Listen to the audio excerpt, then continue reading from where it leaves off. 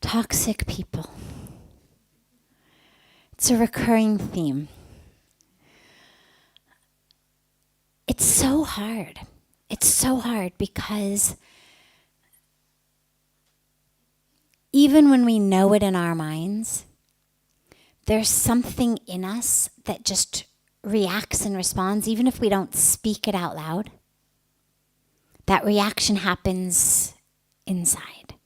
And so the toxicity, it's not just that that person is toxic out there. It's that toxicity is contagious. So here's how to deal with it. First of all, as we were speaking before, yeah, it is important to understand that you are in this situation for a reason.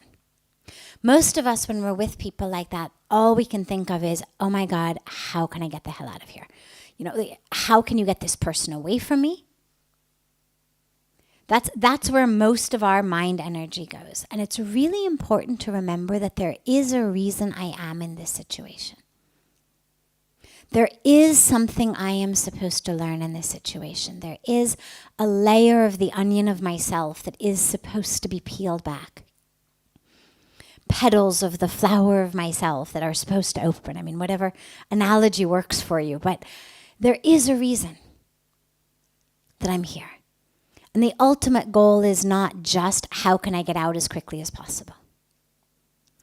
So the first step is to sink within, really to get to our own core, our own source, our own center. That's not the reactiveness on the surface.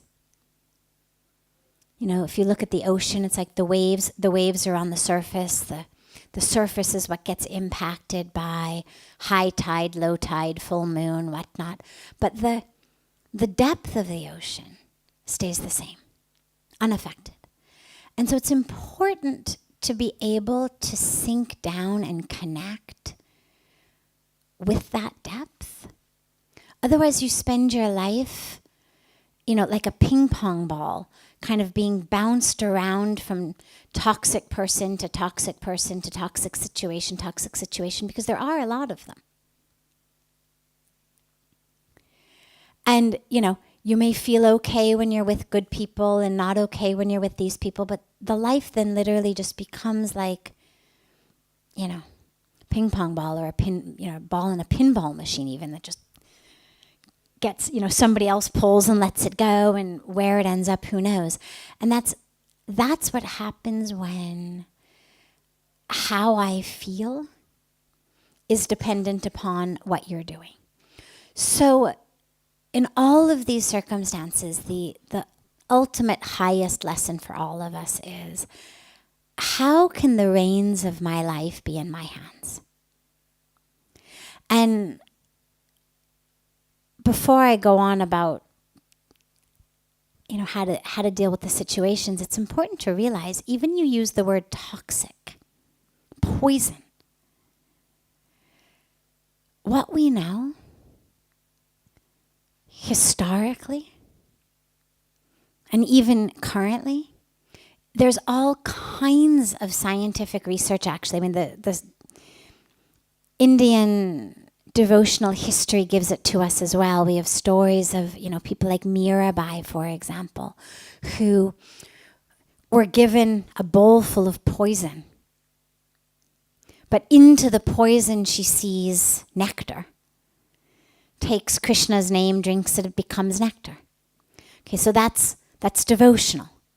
But there's actually also a whole body of scientific research these days about religious communities in America who literally take strychnine, which is a lethal poison, but they do it in a religious environment, in a religious ceremony. And amazingly, they're unaffected by it. Now, this is obviously a don't try this at home example. Nobody should go and say, but Sadhviji said, that if I just believe enough. I don't know the mechanism by which it works exactly, but what we know is it does happen. We know there is a mechanism whereby the state that the mind is in is absolutely able to render physical substances that chemically, molecularly are lethal, harmless. People walk on fire, hot coals, they don't get burned. Also in religious environments, again, don't try this at home. We know this. And again, this is something that science is now studying, so it's not just stories told in religious communities. And I bring that up because when we're in the environment of people who are toxic, it's very easy for us to really believe that the problem is entirely that person. And in some cases it may be.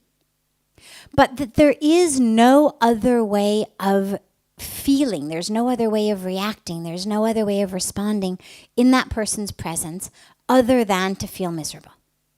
That it would be impossible to be in that person's presence and not be troubled by it. And we take that really as just fact. This person is horrible. This person is toxic. It is a fact of that person. I need to just get out or remove that person.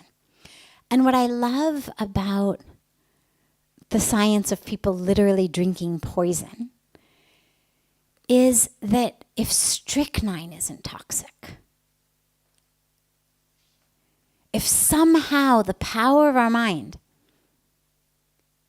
and these are not, from the studies I've read, these are not like, super mystical, trained religious people. It's not like the Tibetan monks who, dry wet towels on their shoulders in the mountains and generate enough heat that they actually dry the towels.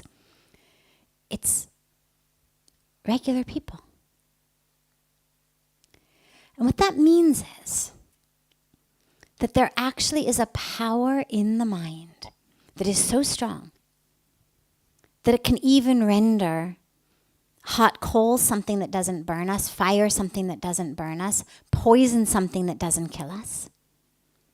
Which means it's got to be strong enough to render a toxic person innocuous in our presence. You may not be able to change the person,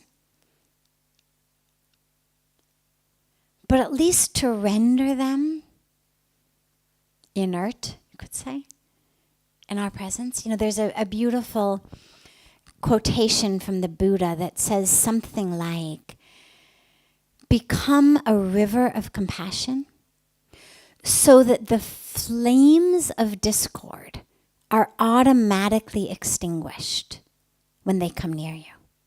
So it's not about going out to extinguish other people's flames. It's about becoming this river such that the flames are automatically extinguished. And that's the goal.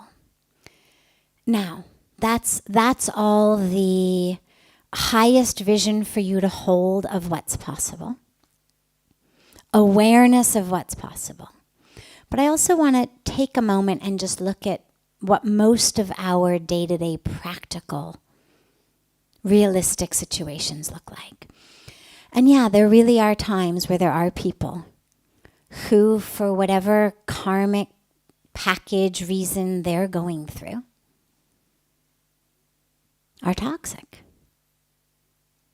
And are people who literally, it would be like if I had tuberculosis and I were coughing and coughing and coughing and coughing. I might not mean badly. I might be a good person at heart. You could still feel compassion for me in your heart. But being physically near me would actually be putting your life at a risk. And extricating yourself from the situation to prevent coming down with tuberculosis should not be seen as a sign of weakness. You shouldn't feel like, God, if I just were spiritual enough, if I just were compassionate enough, I would be able to stay there with her and somehow be immune to the tuberculosis. Well, maybe you are. If I were in a room of 50 people, okay, probably not all 50 of them would come down with TB, but a large number of them would. The question is that a risk you want to take? So if you have to extricate yourself from a situation with a particular person, don't feel badly about yourself about it. Recognize it as a way of having to take care of yourself. Obviously, in an ideal world, the inner power is so strong within you that that person can be all the poison they want to be, but it doesn't actually impact you. And yeah, that is the highest level to get to. And this is where we have scientifically, historically, scripturally, spiritually, these examples given to us. Why? To remind us the power of ourself. That we're not just victims of that which we drink, that which people cough on us, that which, is in the energy around us. There's also power within us that can transform that. Power within us. So call upon that power as much as you can. But if you really feel that there's nothing you can do, and it's just harming you, then you need to extricate yourself from the situation and protect yourself. But what I would do before I did that was I would, especially since when you began the question, you said it was a close family member. If this were just, somebody who took their coffee at the same Starbucks you do, I would say, you know what, don't worry about it. Just sit at a different table, Sure, if you've got lots of extra time and energy on your plate, you might want to investigate further. But if not, just drink your coffee someplace else. But if this is somebody in the house or someone you have to interact with on a regular basis, see whether you could do a temporary removal of yourself into somewhere that helped you develop an inner practice that were strong enough to be able to go back and neutralize that toxicity.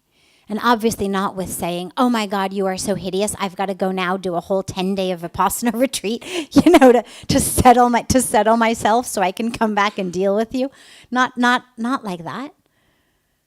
But just so that we know, I'm going to increase my own Shakti. I'm going to increase my own ability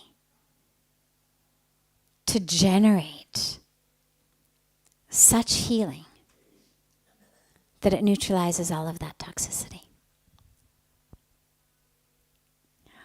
And nothing's static.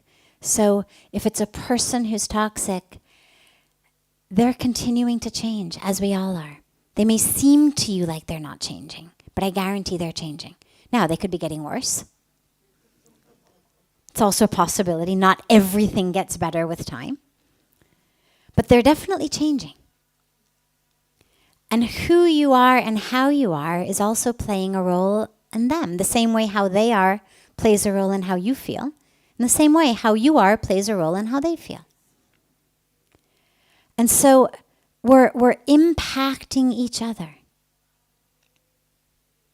So see whether you can impact in such a way that it neutralizes the toxins.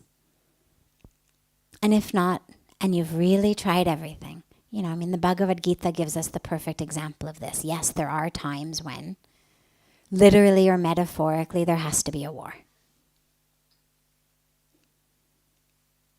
But only after you've tried everything else.